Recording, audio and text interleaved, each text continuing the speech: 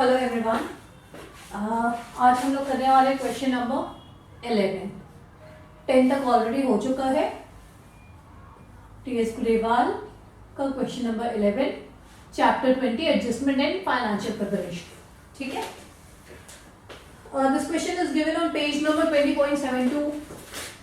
Page number is 20.72। Book is TS Grewal, adjustment and financial preparation. ठीक है। तो let's start the question. इस question में 11th क्वेश्चन में एक नई चीज है। ठीक है, वो नई चीज क्या है? अभी तक हम ओपनिंग स्टॉक और क्लोजिंग स्टॉक, ओपनिंग स्टॉक डालते थे ट्रेडिंग में और क्लोजिंग स्टॉक भी डालते थे ट्रेडिंग के क्रेडिट साइड में। ठीक है। और उसके बाद परचेजेस, वेजेस, जो भी चीजें ट्रेडिंग में जाती थी वो सब डालते थे। इस पर्टिकुलर क्वेश्चन में जो आपका परचेजेस दिया हुआ है, जो परचेजेस है दैट इज वहां पर लिखा हुआ है कि वो एडजस्टेड परचेजेस है, मतलब वो ऑलरेडी एडजस्ट कर दिया गया है। ठीक है। तो जब भी क्वेश्चन में एडजस्टेड परचेज दिया होगा तो आप ट्रेडिंग में ओपनिंग स्टॉक और क्लोजिंग स्टॉक नहीं डालेंगे। ठीक है, क्योंकि वो सारी चीजें परचेज में एडजस्ट करने के बाद परचेज का अमाउंट दिया हुआ है। ठीक, तो आप यहाँ पर जो ओपनिंग स्टॉक डालते थे वो नहीं डालेंगे। अब आप डायरेक्टली क्या डालेंगे? परचेज डालेंगे। क्लोजिंग स्टॉक हम हमेशा दो जगह डालते थे, ट्रेडिंग में और दूसरा बैलेंस शीट में। तो ट्रेडिंग में हमें नहीं डालना है, हमें कहाँ डालना है? बैलेंस शीट में डालना है सिर्फ। ठीक, बात समझ आ गई? इस बात को याद रख लो कि जब भी एडजस्टेड परचेज दिया होगा तो ओपनिंग स्टॉक और क्लोजिंग स्टॉक हम ट्रेडिंग अकाउंट में नहीं डालेंगे, हम सिर्फ क्लोजिंग स्टॉक एक बार बैलेंस शीट में डालेंगे। ठीक है, तो लेट्स स्टार्ट। अब ओपनिंग स्टॉक तो डालना नहीं है, टू परचेजेस। ठीक है, सो purchases 2,07,500।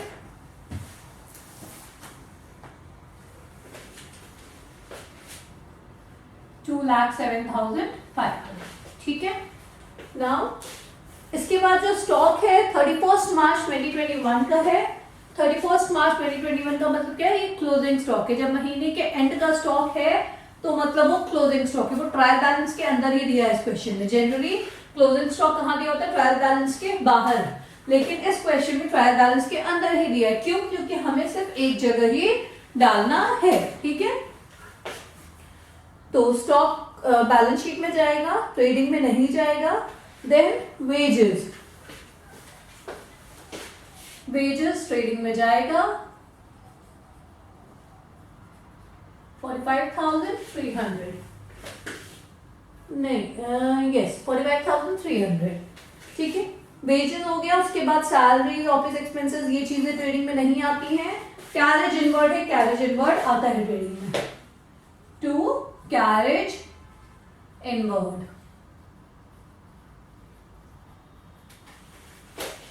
so carriage inward is 1200। Carriage inward trading में जाता है और कैरेज आउटवर्ड कहाँ जाता है? प्रॉफिट एंड लॉस में। क्योंकि कैरेज इनवर्ड का मतलब आपने मैन्युफैक्चरिंग के टाइम पर वो कैरेज दिया है, और कैरेज आउटवर्ड का मतलब आपने सेल्स के टाइम पर वो कैरेज दिया है।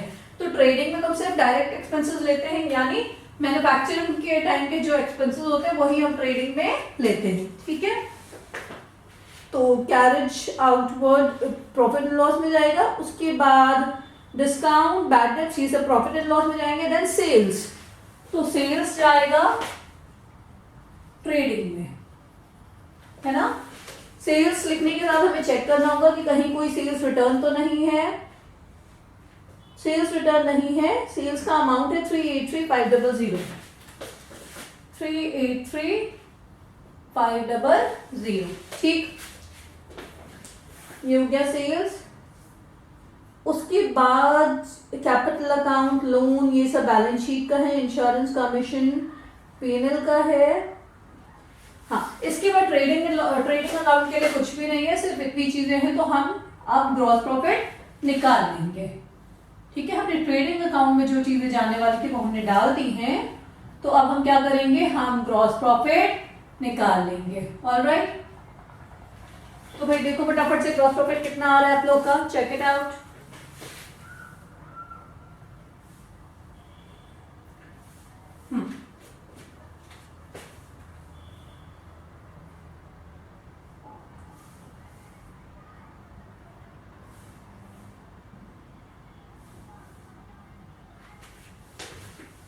सो द ग्रॉस प्रॉफिट इज 129,500. सबका ये आ रहा होगा, ठीक है, इसमें कुछ ज्यादा कैलकुलेशन है नहीं.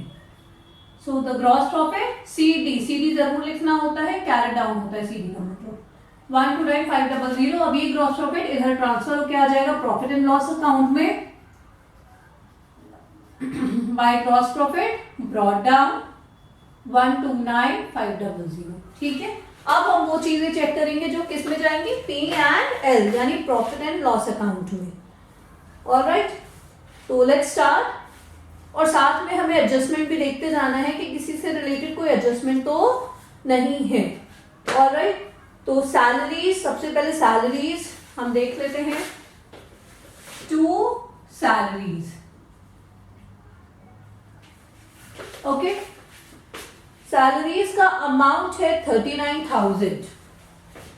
39,000 मैंने अंदर लिखा है क्योंकि कुछ एडजस्टमेंट है सैलरी से रिलेटेड. तो सैलरी, देन आउटस्टैंडिंग सैलरी है 11,500 की. पहले हम ये ऐड कर लेंगे. आउटस्टैंडिंग सैलरी 11,500 की. ठीक है, ये ऐड किया हमने.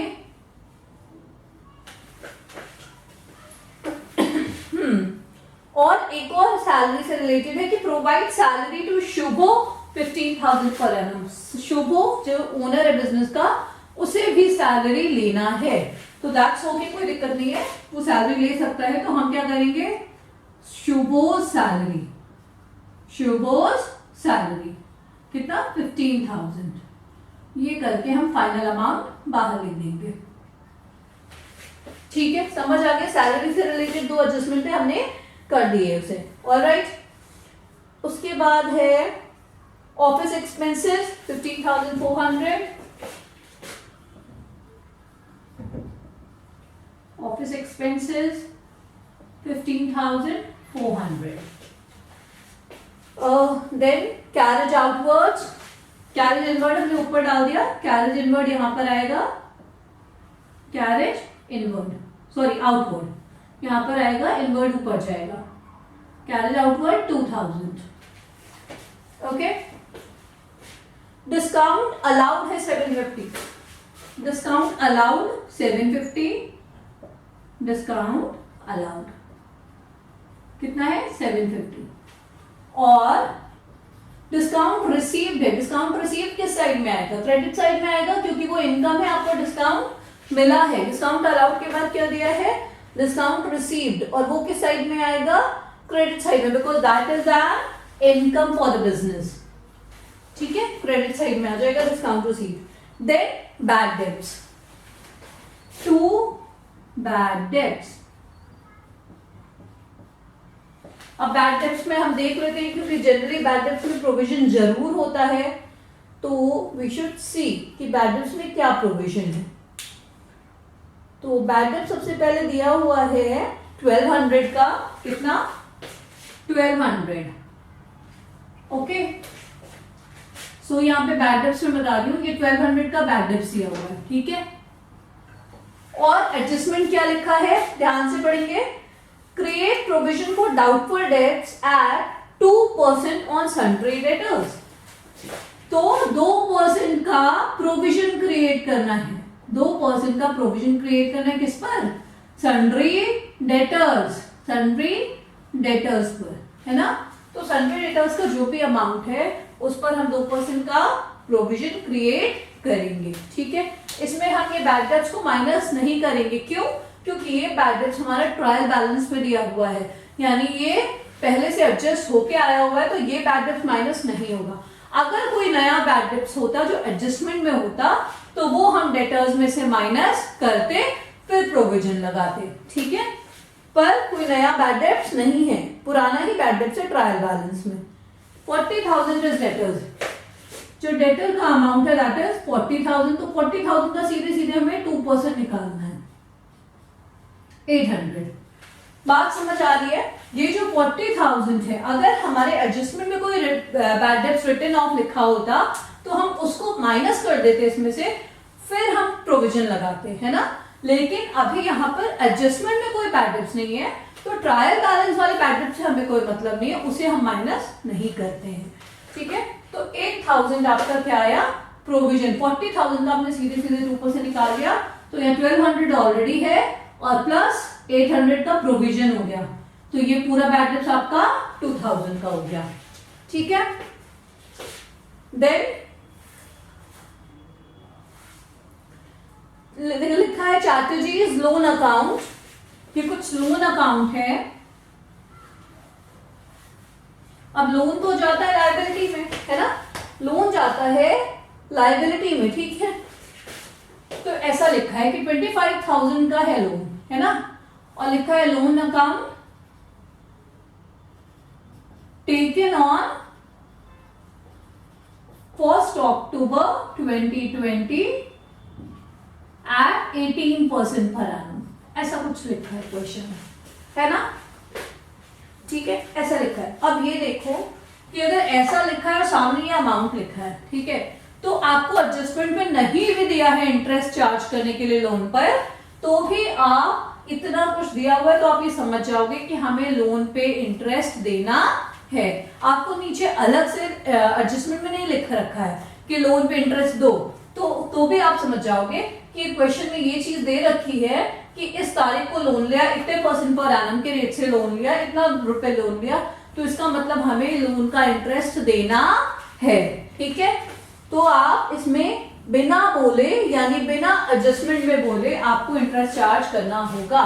तो अब हम कैसे इंटरेस्ट लगाएंगे, 25,000 का 18% पहली बात, ठीक है, और दूसरी बात अक्टूबर में है तो कितने मंथ हुए, बैलेंस शीट कब बन रहा है, मार्च में बन रहा है, तो अक्टूबर से कितने मंथ हुए, अक्टूबर नवंबर दिसंबर जनवरी फरवरी मार्च, 6 मंथ, तो 6/12, ठीक है। 25,000 का 18% है तो 18/100 और 6 मंथ है तो 6/12, ठीक है, बात समझ आ गई। अब इसको सॉल्व कर लो फटाफट से।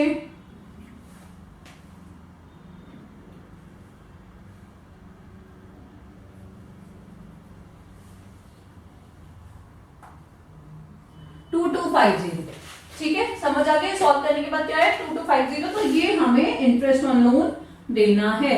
मतलब अगर एडजस्टमेंट में नहीं भी लिखा है लेकिन क्वेश्चन में ऐसा लिखा है तो वी हैव टू पे इंटरेस्ट ऑन लोन, ठीक।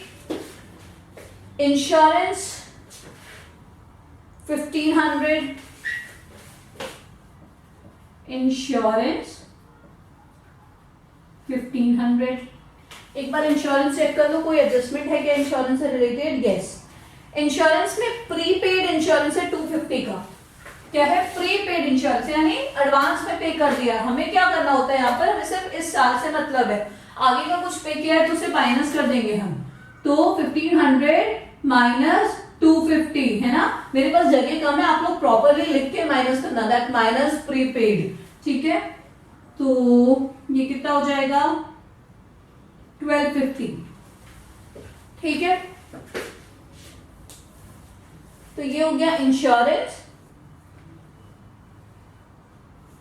Then commission, commission credit side में दिया, ये बात आपको ध्यान रखना है कि कमीशन अगर क्रेडिट साइड में दिया तो मतलब commission is an income, commission मिला है। अगर डेबिट साइड में दिया होता तो मतलब एक्सपेंस है, और अगर क्रेडिट साइड में दिया है तो मतलब इनकम है, ठीक है। कमीशन हो गया। देन इसके बाद की सारी चीजें क्या है, या तो एसेट है या लायबिलिटी है, वो बैलेंस शीट में जाएंगी। अब हमें एडजस्टमेंट चेक कर लेना चाहिए कि एडजस्टमेंट में कुछ छूट तो नहीं रहा है। तो सबसे पहला एडजस्टमेंट जो है वो डेप्रिसिएशन का है, वो हम चार्ज कर देते हैं कि किस पे क्या क्या डेप्रिसिएशन लगना है। मैं यहाँ पे फाइनल अमाउंट लिखूंगी, डेप्रिसिएशन किस पे क्या क्या लगना है।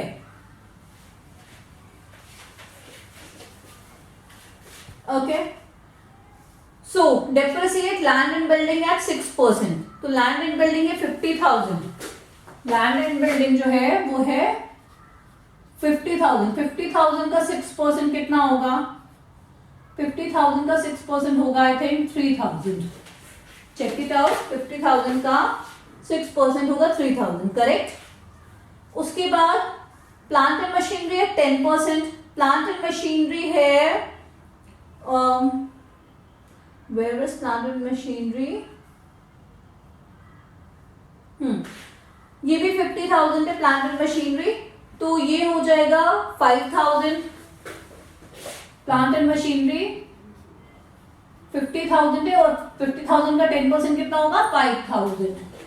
ठीक है, एंड देन और किस पे, ऑफिस इक्विपमेंट पे 20%। Office equipment is 12,000। Office equipment 12,000 का 12,000 का 20% कितना होगा, 12,000 का 20% होगा 2,400। ठीक है, 2,400। And then furniture and fixture 15%। Furniture and fixture 15%। 20,000 का 15%। फर्नीचर एंड फिक्सचर जो है वो 20,000 है और 20,000 का 15% निकालो, कितना आएगा, आएगा 3,000। ठीक है, तो ये चारों हमने डेप्रिसिएशन कैलकुलेट कर लिया, टोटल करके यहाँ पर लिख देंगे 3,000 प्लस 5,000 8,000 11 फिर 30,400 डेप्रिसिएशन है।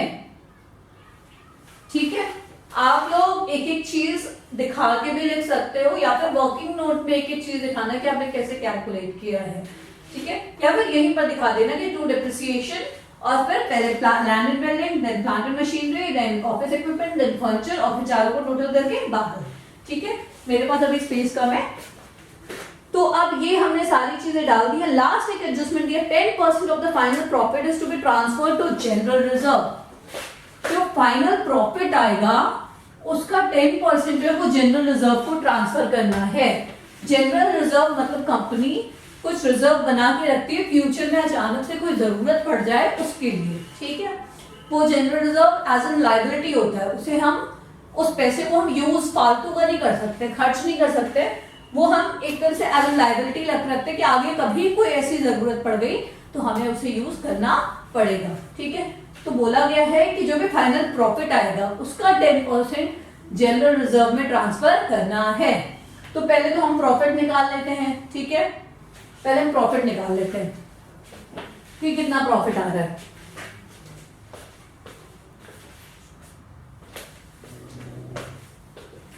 सो लेट अस चेक कि कितना प्रॉफिट आ रहा है। क्रेडिट का टोटल करते हैं, कितना आ रहा है। सो क्रेडिट का टोटल है 132,200। क्रेडिट का टोटल में थोड़ा सा नीचे कर रही हूं क्योंकि ये जनरल रिजर्व में भी ट्रांसफर करना है हमें। 132,200। ठीक है, ये क्रेडिट का टोटल है। अब डेबिट का टोटल कर लें।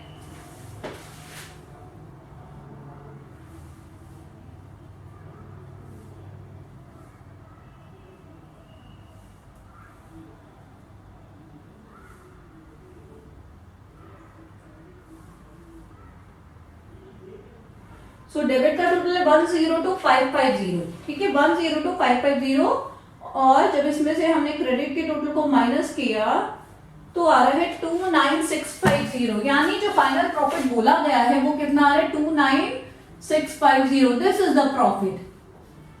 लेकिन इस प्रॉफिट का आपको करना क्या है, ये अभी आप फाइनल प्रॉफिट अपना नेट प्रॉफिट नहीं मान सकते। क्यों? क्योंकि आपको ये प्रॉफिट का 10% जनरल रिजर्व में ट्रांसफर कर देना है। तो आप इसका 10% निकालोगे और जनरल रिजर्व में ट्रांसफर कर दोगे। कितना अमाउंट आया 2965, 10% आया। ये अमाउंट कहा जाएगा जनरल रिजर्व में, टू जनरल रिजर्व। ठीक है, कितना 2965। अब जो अमाउंट आएगा बैलेंस वो आपका नेट प्रॉफिट कहलाएगा। ठीक है, अब जो अमाउंट आएगा वो आपका क्या कहलाएगा, नेट प्रॉफिट। ठीक है, तो बात समझ आ गई। अभी तक आपका नेट प्रॉफिट कितना था 29,650। इसमें से एक चीज और चला गया जनरल रिजर्व में, तो ये माइनस कर दो 2965। तो जो अमाउंट बचा वो आपका क्या है, नेट प्रॉफिट है।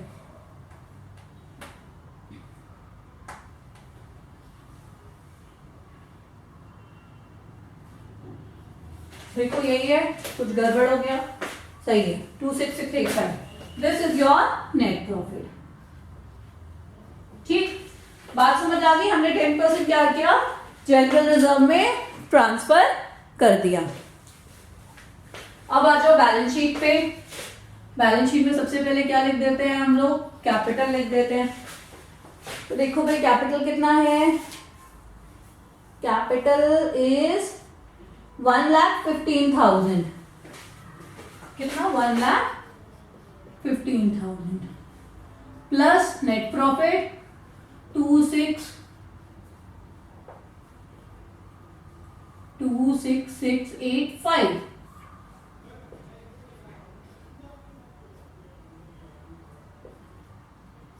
141,685।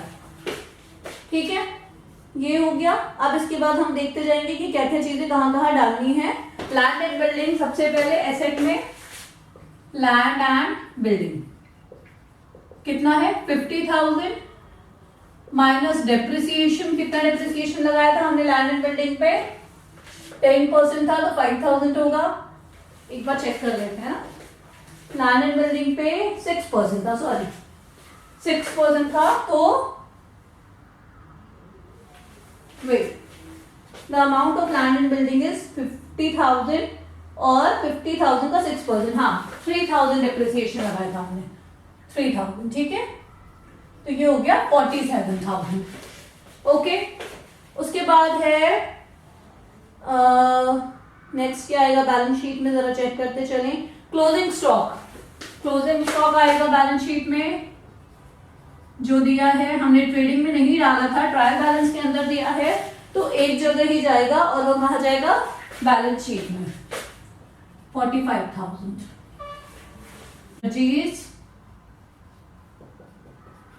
लोन अकाउंट कितना है, लोन देखते हैं।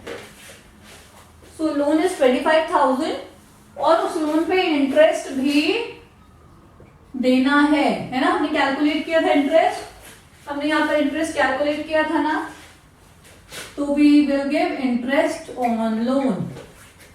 ठीक है, बात समझ आ रही है, हमें लोन पर इंटरेस्ट भी देना है। डन। आगे plant and machinery, plant and machinery कहाँ जाता है, एसेट में जाता है। ओके, सो 50,000 प्लांट मशीनरी है और इस पे 10% डेप्रिसिएशन चार्ज किया था, है ना, इस पे 10% डेप्रिसिएशन था, इसलिए जब अलग अलग लिखा होगा कि कितना डेप्रिसिएशन आपने दिया था एक एक चीजों पे, तो आपको डायरेक्टली यहां से देख के आप माइनस कर दोगे। 45,000 furniture and fixture, furniture and fixture, अब मैं शॉर्टकट लिखूंगी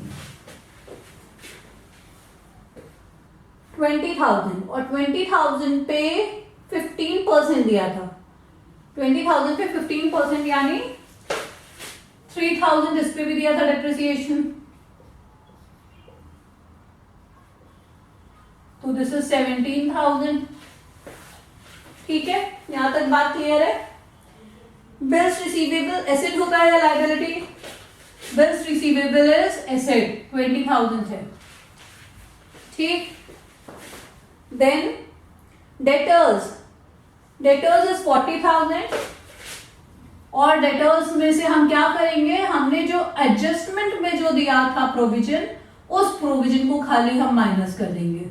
जो भी चीज एडजस्टमेंट में दी होती है खाली हमें उसे माइनस करना होता है और किसी चीज को नहीं। तो एडजस्टमेंट में जो प्रोविजन हमने निकाला था, यहाँ पे 1200 प्लस 800 किया था, ये 800 को हम खाली माइनस कर देंगे। 1200 तो ऑलरेडी दिया हुआ था ट्रायल बैलेंस में, उसे हम कुछ नहीं करेंगे, जो प्रोविजन एडजस्टमेंट में दिया था उसे माइनस कर देंगे। ठीक है, देन क्रेडिटर्स 25,000,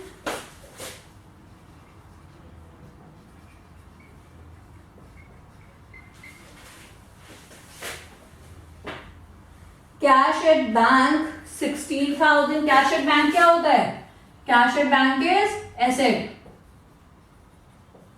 16,000।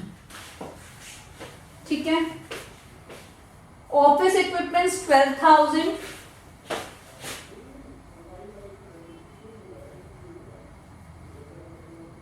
ऑफिस इक्विपमेंट 12,000 और इस पे भी हमने डेप्रिसिएशन चार्ज किया था, कितना 20% यानी 2400 चार्ज किया था हमने, है ना, डेप्रिसिएशन इस पे भी चार्ज किया था।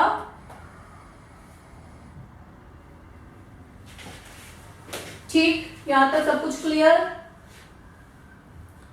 Bills payable. Bills payable is a liability. Bills payable is a liability. BP कितना है अमाउंट? 12,300. अच्छा, लास्ट में एक चीज दी है वो है एक्सपेंसेस पेबल.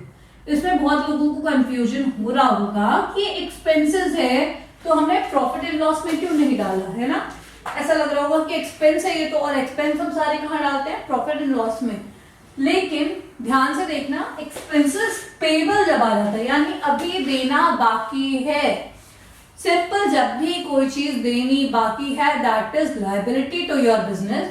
सो एक्सपेंसेस जो अभी देने बाकी हैं, आपको मालूम है कि वो हो चुके हैं, वो खर्चे अभी देने बाकी हैं, तो इसलिए वो क्या हो गया? लायबिलिटी हो गए. अगर आपने दे दिया होगा टाइम पे तो वो यहाँ पर आता, जैसे ये सब आया है. लेकिन आपने टाइम पे नहीं दिया, अब आपको वो देना बाकी है, तो वो क्या हो गया? वो लायबिलिटी हो गई. ठीक है, तो इसलिए हम इसे लायबिलिटी में कंसिडर करेंगे.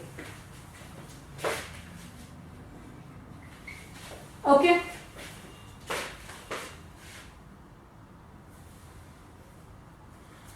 अब हमने सारी चीजें डाल दी हैं. एक बार एडजस्टमेंट चेक कर लेते हैं, कुछ रह तो नहीं गया है डालने के लिए. सो डेप्रिसिएशन हो गया. प्रोविजन फॉर डाउटफुल डेट्स को हमने माइनस कर दिया है. इंश्योरेंस, प्रीपेड इंश्योरेंस पे, प्रीपेड इंश्योरेंस जो था 250 रुपीज का यहाँ पर, ठीक है, 250 रुपीज का प्रीपेड इंश्योरेंस जो एडवांस में है. तो प्रीपेड क्या होगा? लायबिलिटी है या एसेट? जो आपने पहले से पे कर दिया है, आप निश्चिंत हो, आपने ऑलरेडी पैसा दे दिया है. एडवांस में अगर कोई पैसा दे दिया है तो वो आपके लिए एसेट हो जाता है. ठीक है, तो prepaid is asset. Prepaid insurance 250. ठीक, एंड उसके बाद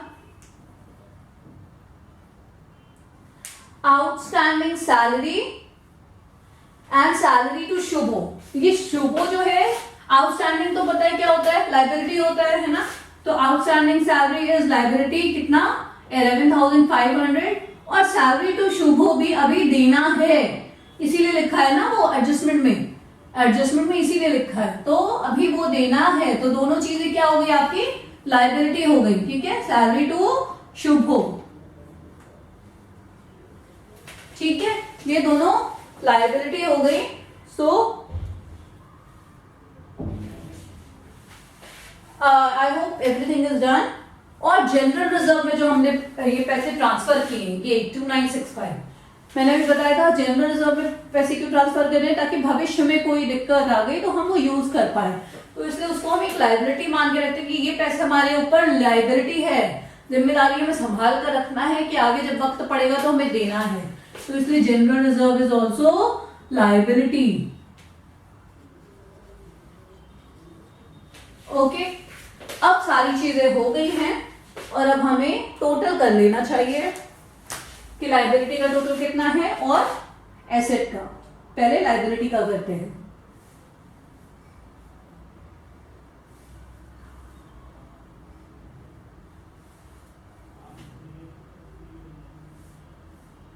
आप लोग तो कैलकुलेटर यूज नहीं करते हो, होपफुली करना मत, वरना आदत पड़ जाएगी, है ना? को लग रहा होगा मैम का अच्छा है, खुद तो कर लेते हैं और हमें मना कर देते हैं, है ना? ऐसा कुछ है क्या? अच्छा, जो बिल्स पेबल है यहाँ पर मेरा टोटल 50 रुपीज कम आ रहा था, ये 350 है एक्चुअली, है ना? ये आपको देखना पड़ेगा कि टोटल कम आ रहा है तो आपने कुछ मिस्टेक तो नहीं की है. ये 12,350 है ना? तो इट इज कमिंग 139 नहीं 239,050. लायबिलिटी आ रहा है 239,050. ठीक है,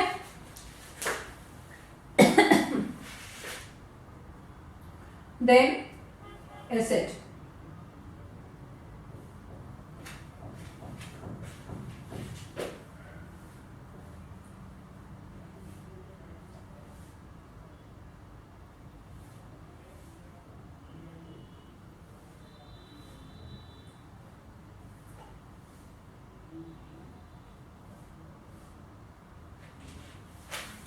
तो ये भी मैच हो गया, बराबर हो गया. आप लोगों को अगर क्वेश्चन समझ में आ रहा है, एक एक अभी तक 11 तक हमने क्वेश्चन करवा दिए हैं, आगे भी करवाएंगे चैप्टर के पूरे क्वेश्चंस। अगर समझ में आ रहा है तो please like share and subscribe, अपने फ्रेंड्स में भी शेयर कर दो, ठीक है। बहुत मेहनत से बनते हैं videos, so please please please, thank you.